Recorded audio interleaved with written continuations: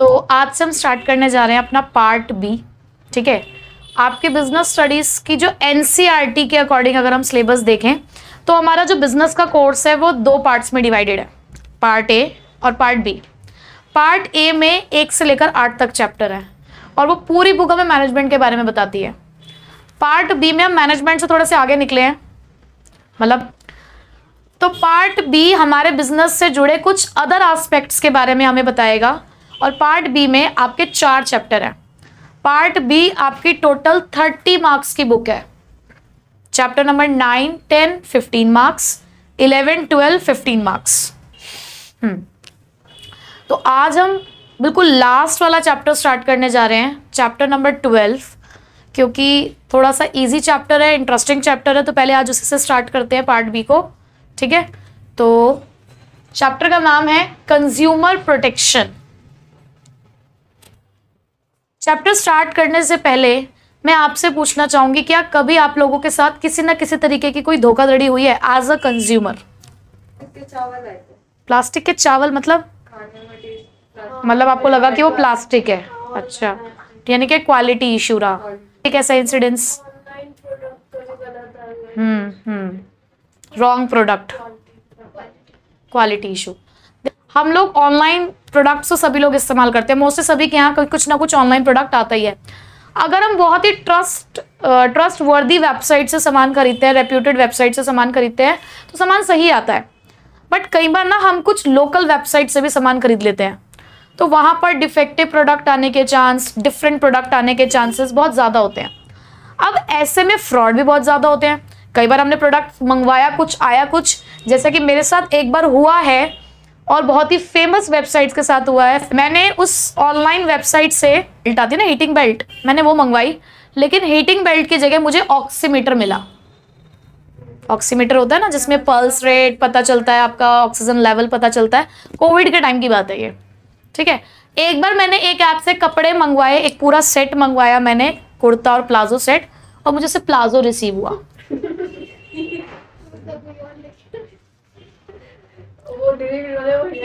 अब हुआ क्या कि उसी वेबसाइट से मैंने एक दूसरा कुर्ता भी ऑर्डर कर रखा था, पर वो दूसरे कुर्ते का साइज इशू आया। अब मैंने दोनों को रिटर्न में डाला। पहले तो मुझे कॉल करके कॉल सेंटर पे बात बतानी पड़ी कि मेरे को आधा ही प्रोडक्ट रिसीव हुआ है, मैं सिर्फ प्लाजो मुझे रिसीव हुआ है, कुर्ता रिसीव नहीं हुआ है भाई। और दूसरा कुर्ता जो रिसीव हुआ है वो इतना ढीला रिसीव हुआ है कि उसे मैं पहन नहीं सकती। तो मैंने कंप्लेन अपनी टोल फ्री नंबर पे वहाँ पे कॉल करके अपनी कंप्लेन रजिस्टर करी। उसके बाद रिटर्न लेने के लिए वो बंदा आया। अब उस टाइम में मैं घर पे अवेलेबल नहीं थी, मेरी मदर अवेलेबल थी, तो दोनों ही रिटर्न जाने थे। लेकिन वो लेने आया था प्लाजो और गलती से मेरे घर वालों ने कुर्ता रिटर्न कर दिया, और वो कुर्ता लेकर चला भी गया और मुझे उस प्लाजो सेट का रिटर्न आ गया। अब प्लाजो मेरे पास ही है।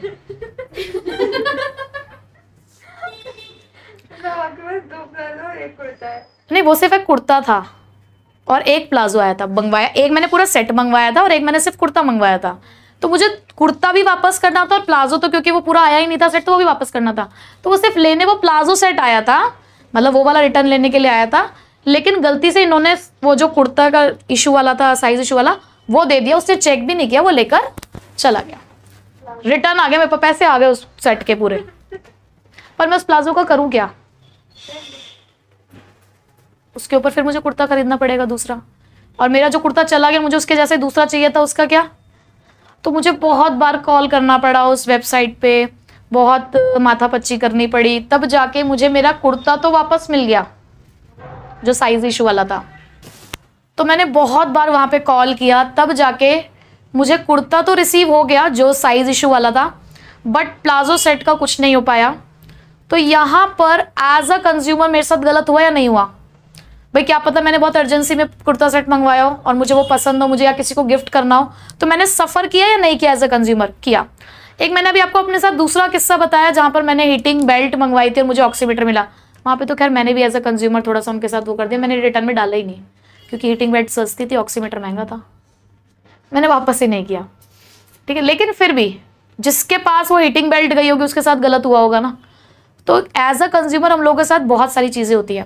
अच्छा, कभी आप लोगों ने एक्शन लिया है क्या कि आपके साथ कुछ गलत हुआ हो एज अ कंज्यूमर? ये जो आपके जूसेस वगैरह होते हैं ना, जो ये पैक्ड जूसेस होते हैं, कहते हैं इनको हमेशा किसी बॉटल में कन्वर्ट करने के बाद पीना चाहिए, क्योंकि इनके नीचे कभी कभी आपको कुछ लेयर्स दिखाई देंगी जो आपके लिए बहुत नुकसानदायक है। कभी भी डायरेक्ट उस पैकेट से, वो जो पैकेट आता है टेट्रा पैक बोलते हैं ना उसको, उस पैकेट से डायरेक्ट कंज्यूम नहीं करना चाहिए। अंदर के आपको क्या पता है, बहुत सारे आपने केसेस सुने भी होंगे।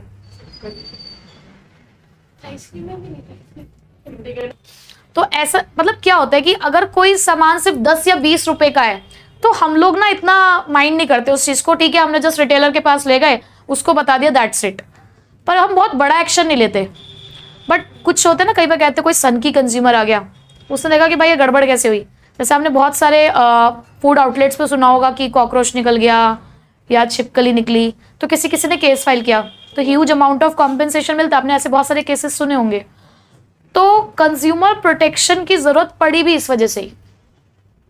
क्यों भाई, देखो जब तक कोई काम गलत ना हो ना तब तक लॉ बनाने की जरूरत नहीं पड़ती। जब तक हम सही चल रहे हो तो हमारे ऊपर किसी को स्ट्रिक्टनेस करने की भी जरूरत नहीं होती।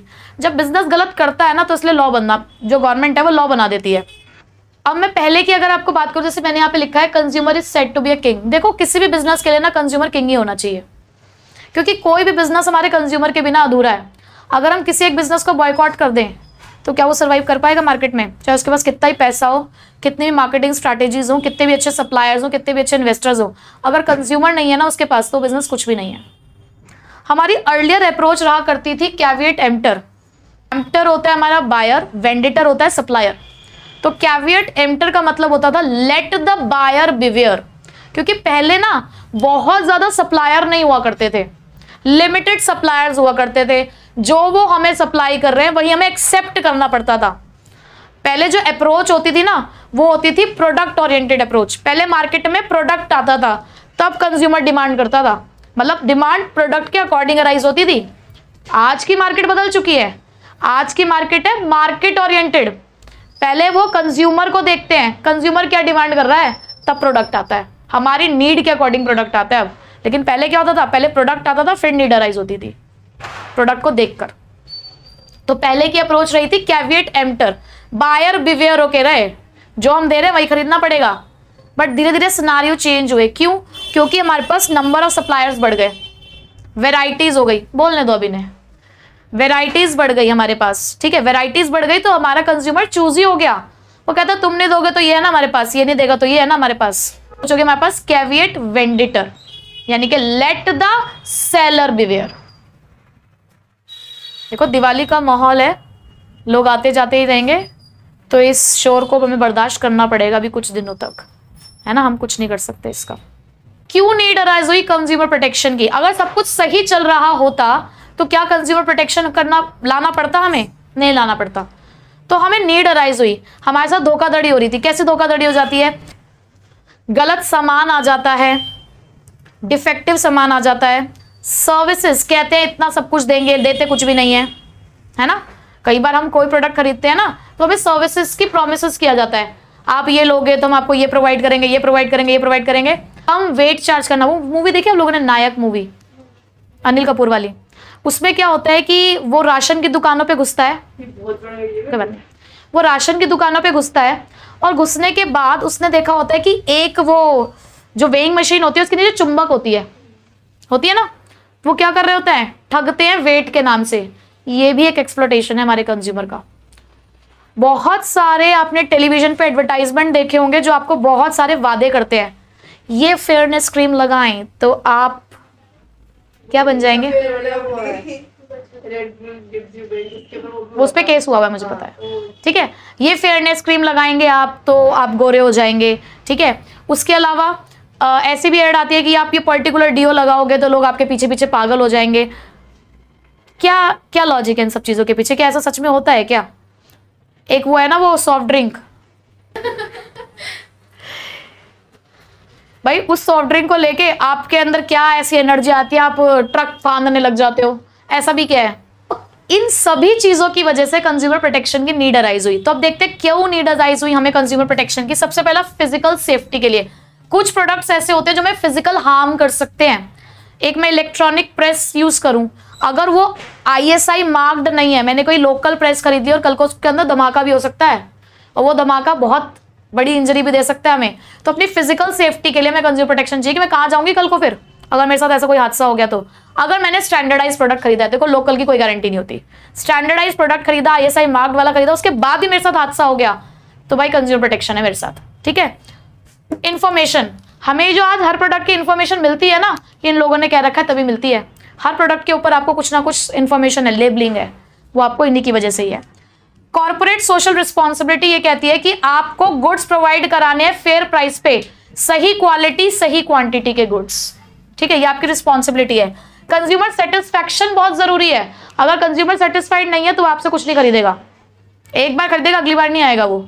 दूसरा, सोशल जस्टिस, भाई हम पैसा भर रहे हैं, ये मॉरल वैल्यूज है एक बिजनेस की कि आप भाई जो तुम्हें पैसा दे रहे हैं, जो तुम्हारे बिजनेस को आगे बढ़ाने का काम कर रहे हैं, तुम्हारे कंज्यूमर्स, तुम उनके साथ गलत करोगे क्या?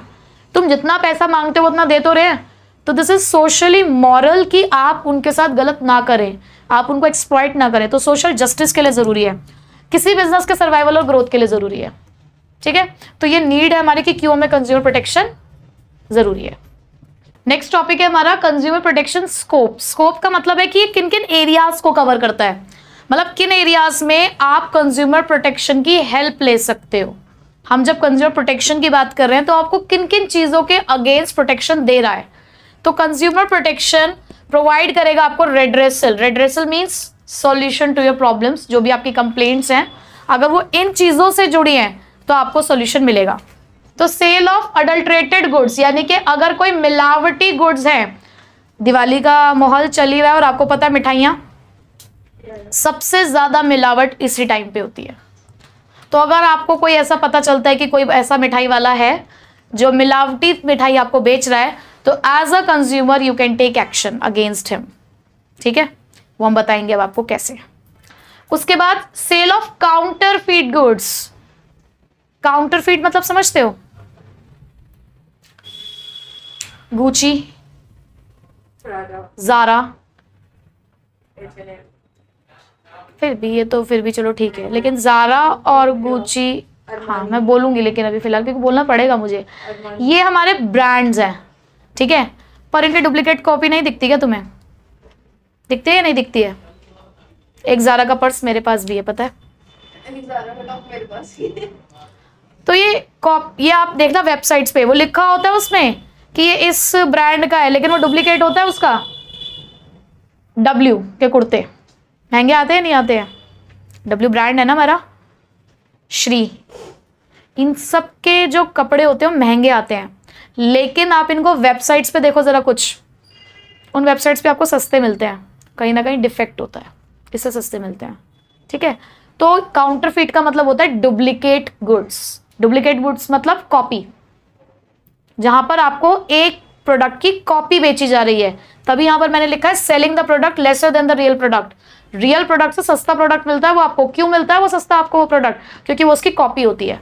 ठीक है, तो काउंटरफीट गुड्स अगर है तो आप यहां पर भी केस फाइल कर सकते हो। सेल ऑफ सब स्टैंडर्ड गुड्स। सब स्टैंडर्ड गुड्स का मतलब है कि कोई ऐसा प्रोडक्ट है जो हमें कुछ दावा कर रहा है, कुछ सेफ्टी स्टैंडर्ड्स का दावा करता है, लेकिन वो सेफ्टी स्टैंडर्ड उसने मीट नहीं किए, पूरा नहीं कर पाया, वो कंप्लाई नहीं कर पाया उन प्रोविजंस को जो वो कह रहा था।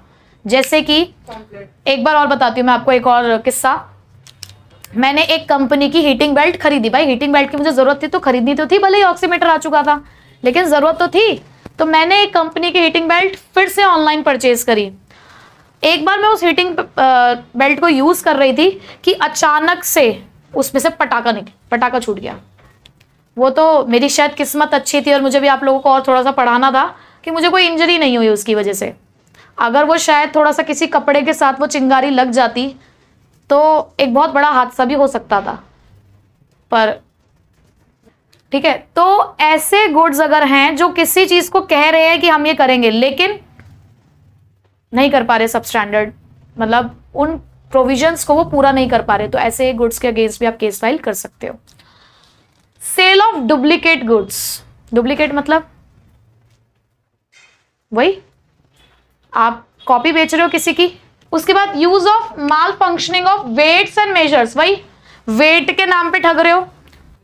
आप बहुत सारे पैकेट्स इस्तेमाल करते हो खाने पीने के, चिप्स वगैरह के, उसमें कुछ ग्राम्स लिखा होता है, एक्चुअल में उतने ग्राम्स के होते होंगे क्या? कभी वेट किया किसी ने? कभी चेक तो करना चाहिए था ना।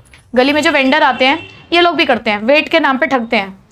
कई बार ये ईंट का वो बना लेते हैं, बट्टा बोलते हैं ना, बट्टा, ईंट का बट्टा भी बना लेते हैं, तो कर देते हैं ये हिसाब किताब। इनके हिसाब किताब में हमेशा गड़बड़ होती है, कहीं ना कहीं वो मैग्नेट चिपकी होती है, हम नहीं ध्यान देते भाई। आजकल तो वैसे ही मोस्ट लोग जो फ्लोर्स वाइज रहते हैं तो नीचे जाते भी नहीं है, तो नीचे खड़े होकर आंटियाँ प्रॉपर वाली होती हैं वो तो देख लेती हैं सब कुछ, लेकिन हम जैसे कुछ लोग नहीं, जिनके घुटनों में अभी से दर्द है तो हम नहीं जाते हैं नीचे। Good, be a good consumer. Next, black marketing और होर्डिंग तो आप जानती है। ब्लैक मार्केटिंग का मतलब होता है एक ही प्रोडक्ट के दो प्राइस हो सकते हैं। ब्लैक मार्केटिंग मतलब चीजों का स्टॉक कर देते हैं। होर्डिंग मतलब क्या होता है? मार्केट में जानबूझ के शॉर्टेज ऑफ सप्लाई दिखाना और उसको फिर हाई प्राइस पे बेचना। सिलेंडर्स होते हैं, उनकी भी ब्लैक मार्केटिंग होती है। तो ब्लैक मार्केटिंग भी एक है जो हमारे यहाँ पर कंज्यूमर प्रोटेक्शन के लिए जरूरी है, मतलब हमें जरूरी है कंज्यूमर प्रोटेक्शन इन सब चीजों के अगेंस्ट। उसके अलावा over charging a product, unnecessary products को महंगा करना, ओवर चार्ज करना, ज्यादा प्राइस चार्ज करना, ये भी है एक हमारे लिए। ऐसा होता है ओवर चार्जिंग का प्रोडक्ट। बहुत सारे आप बड़े बड़े रेस्टोरेंट्स में जाएं, अगर वहां पर आप वाटर बॉटल लेते हैं, एमआरपी से ऊपर मिलती है नहीं मिलती है? जैसे कोविड के टाइम पे ऑक्सीजन भी ओवर चार्जिंग। हाँ, कोविड के टाइम पे ऑक्सीजन आपको ओवर चार्ज रेट पे मिली। और बहुत सारी ऐसी जगहों पर आप जाएंगे, जब आप वहाँ से सॉफ्ट ड्रिंक्स खरीदेंगे, चिप्स के पैकेट खरीदेंगे या पानी की बोतल खरीदेंगे तो वो आपको ज़्यादा प्राइस पे मिलती है। आप चाहें तो केस फाइल कर सकते हैं, ओवर चार्ज कर रहे हैं वो आपसे प्रोडक्ट, ठीक है। उसके बाद supply of defective goods. Defective goods अगर आपको मिल रहे हैं तो आप कर ही सकते हो, ठीक है। तो ये वो एरियाज हैं जो कंज्यूमर प्रोटेक्शन के अंडर कवर्ड है, जिसके अगेंस्ट आपको सॉल्यूशन मिलेगा, ठीक है।